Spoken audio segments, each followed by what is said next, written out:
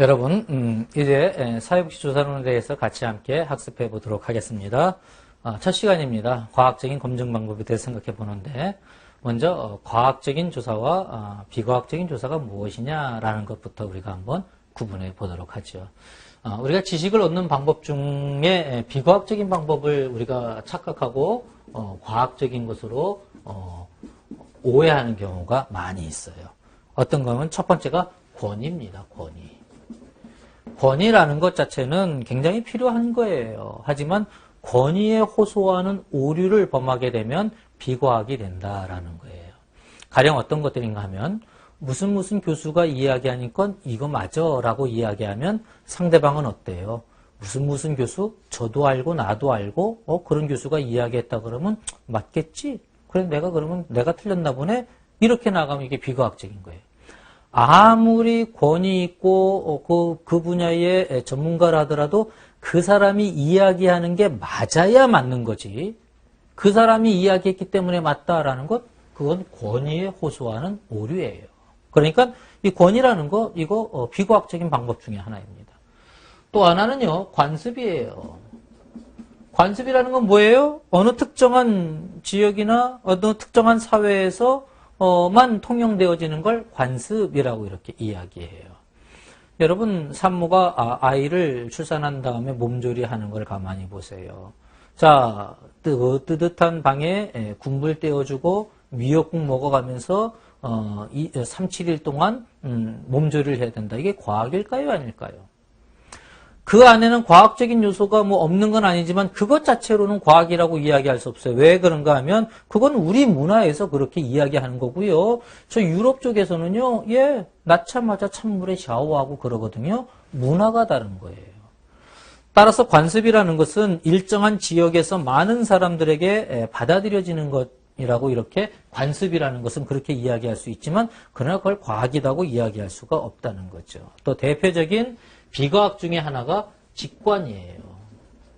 직관은 뭔가 하면은 그냥 딱 봤을 때 그렇다라고 보는 거, 이게 직관이에요. 그러니까 감각 기능을 가지고 그냥 그거 아니냐라고 이렇게 볼 수 있는 것. 그러니까 어떤 경험이나 판단이나 추리나 이런 것들을 거치지 않고 직접적으로 파악하는 것, 이것을 직관이라고 이야기해요. 근데 대표적으로 이러한 것들이 전부 다 뭐다? 비과학적인 방법이다라는 것 여러분 분명하게 구분할 수 있어야 돼요.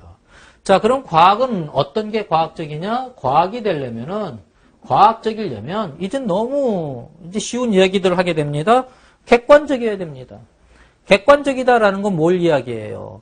누가 보더라도 똑같이 보는 것이어야 된다는 거예요. 직관이라는 건 누가 보더라도 어때요? 서로 다르게 볼 수 있죠? 객관적이다라는 건 뭐예요? 누가 봐도 똑같이 이야기할 수 있는 것.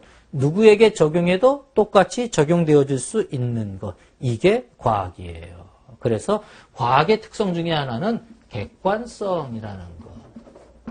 자, 그 다음에 과학의 특성 중 또 하나는 경험적 검증 가능성입니다. 경험적이고 검증해야 한다. 그래서 경험적 검증이라는 거예요.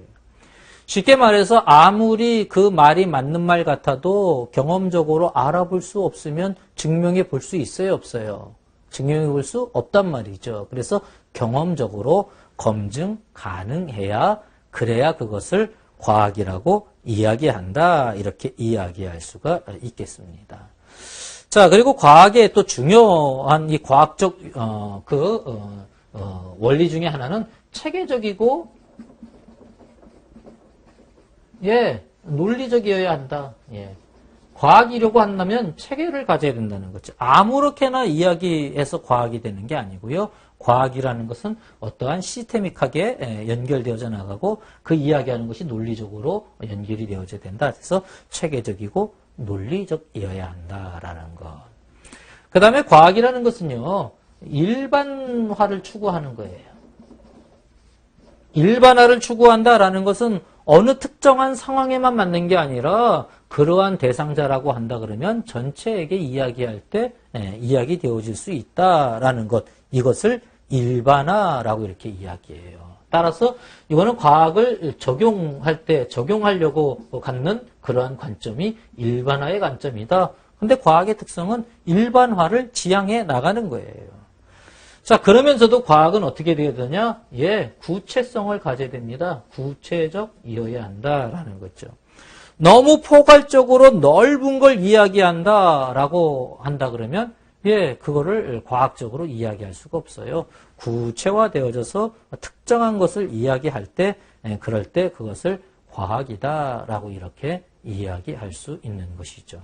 자, 그러면 비과학과 과학적인 특성을 여러분 구분하고 보통 문제가 출제되어졌을 때에 과학적인 게 무엇이냐라고 하면서 여기에 해당하는 지문을 제시할 수가 있어요. 그러면 예, 권위를 이야기하는지 관습을 이야기하는지 직관을 이야기하는 것 그거는 과학이 아니다 구분해낼 수가 있고요. 반대로 비과학적인 게 비과학적인 것이 아닌 것 그럼 과학적인 걸 찾아내라는 것 아니에요? 이걸 쭉 이야기하다가 여기 걸 하나 이야기하고 있어요. 그럼 뭐예요? 예. 그래서 비과학적인 방법과 과학적인 방법을 정확하게 개념을 구분할 필요가 있고요.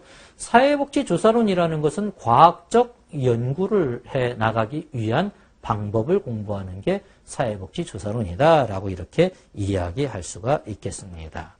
자, 그러면 사회과학의 특성을 우리가 조금 생각해 볼 수가 있어요. 사회과학의 특성을 우리가 생각해 보면요. 19세기 콩트로부터 이 사회과학이라는 것이 시작되어졌는데 사회과학은 여러 가지 특성을 갖습니다. 어떤 특성을 갖는가 하면요. 사회과학은 결국 뭘 다루는가 하면 사회과학이 다루는 건 결국 사회과학이다라고 한다 그러면 사회과학이 다루는 건 결국 누구를 다루는가 하면 인간과 그 인간이 구성하고 있는 사회를 다루는 게 사회과학이에요. 자, 인간과 사회를 다루기 때문에 사회과학이 갖는 특성이 여러 가지 있는데 사회 현상이 다양하다라는 거죠. 어떤 현상이 하나의 어떤 그 모습으로만 설명되어지지 않고 다양한 모습으로 구성되어져 있다. 그 다음에 어떤 사회 현상은요, 독립적이지가 않아요. 그냥 어떤 사회 현상 다른 건 다 빼놓고 요거에 의해서만 어떤 그 일이 일어난다 그러면 굉장히 독립적이죠. 그럼 보기도 쉽죠. 근데 인간이나 사회와 관련되어진 건 다른 건 다 빼고 요것만 이렇게 영향 준다? 이런 식으로 이야기하기가 어려운 특징이 있고요. 그 다음에 사회 현상이라는 것은요, 종단적인 관계와 횡단적인 관계와 종단적인 관계가 서로 얽혀져 있는 게 사회 현상이에요. 자, 여러분 노숙자 문제를 한번 생각해 봅시다. 노숙자 문제라는 것도 횡단적으로는 가족 관계가 어떻게 되어지느냐라는 횡단적인 문제가 되어지지만 또 종단적